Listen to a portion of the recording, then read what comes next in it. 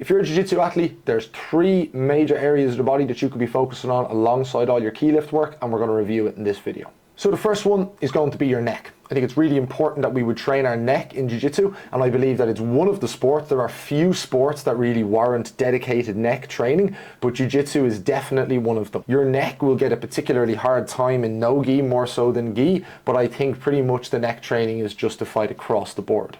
There's a twofold benefit to doing your neck training. You're going to be more likely to limit strains and issues at the neck if you're a little bit stronger there, and that's going to be the first primary benefit of introducing this type of training.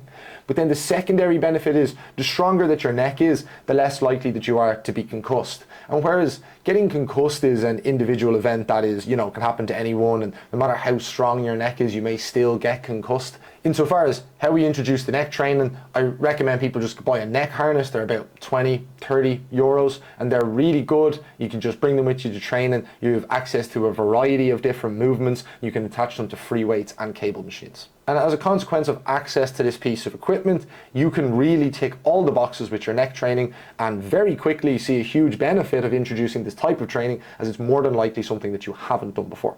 Even if you were like me in the past and you had done lots of strength training, you had done lots of back training and upper and shoulder training, even if it doesn't look like it now, you can still benefit a lot from training your neck, so that you can still find individual benefit from training that tissue in that pattern for grappling, even if you feel like you're already strong in the back and the shoulders, etc.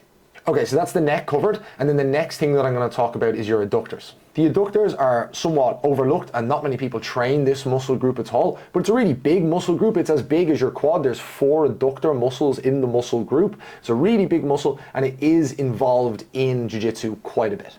There's quite a lot of specific demand for adductor strength in jiu-jitsu between trying to compress on submissions, leg locks, and overall just the force that we have to impart to our opponent often involves our adductors performing their action in some way. Again, something that is often overlooked in people's training, and as a consequence of this, when we start to introduce some Copenhagen planks, some individual adductor work, some standing adductor work on cables for argument's sake, we see huge benefits because people have never trained this before. And then obviously you're going to be supplementing this with all your key lift squat work. Like, that is going to be the primary thing that makes your adductor stronger, but it's really good to have all this supplemental training as well. So we really like Copenhagen planks, and just as a starting protocol, I'd say to aim for Copenhagen plank holds 3 to 5 rounds, 15 to 25 seconds each leg. Then I like to progress that to doing the Copenhagen plank for reps. So I would come up to the top position and come down, and then I would go through that number of repetitions. Start people off, depending on their strength level, anywhere between 6 to 12, all the way up to 15 repetitions of that. Again, I think it's something that's overlooked in people's training, and it's a really nice muscle group to train that, in my opinion, you're probably going to see a pretty direct carryover to jiu-jitsu. Alongside the neck and the adductor, and then we take a look at the lower back.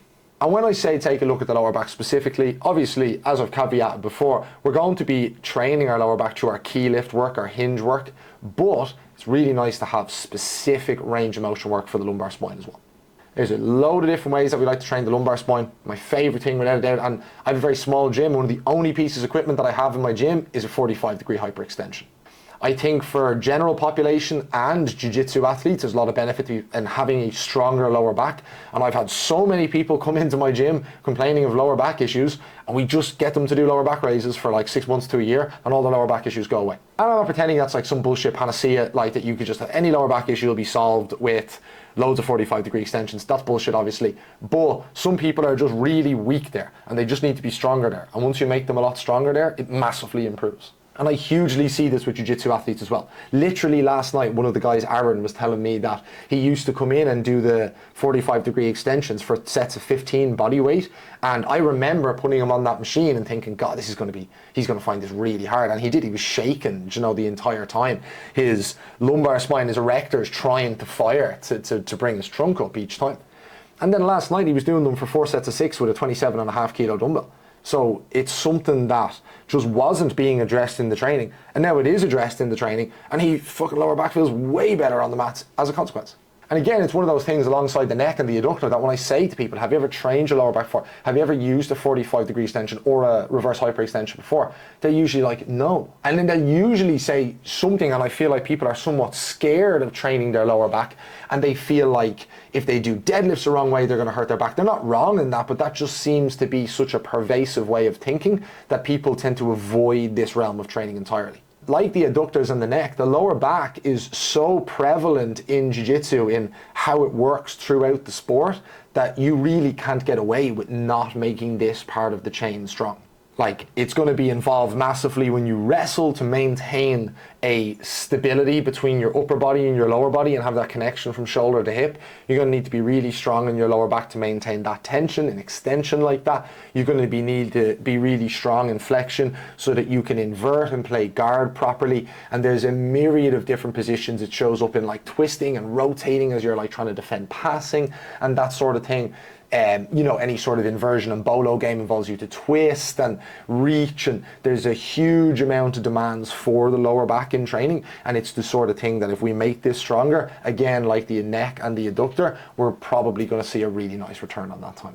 So you should obviously be in the gym doing all your key lift work, squatting, benching, overhead pressing, pull-ups, rows, hinges, RDLs, hip thrusts. We should be doing all this key lift work.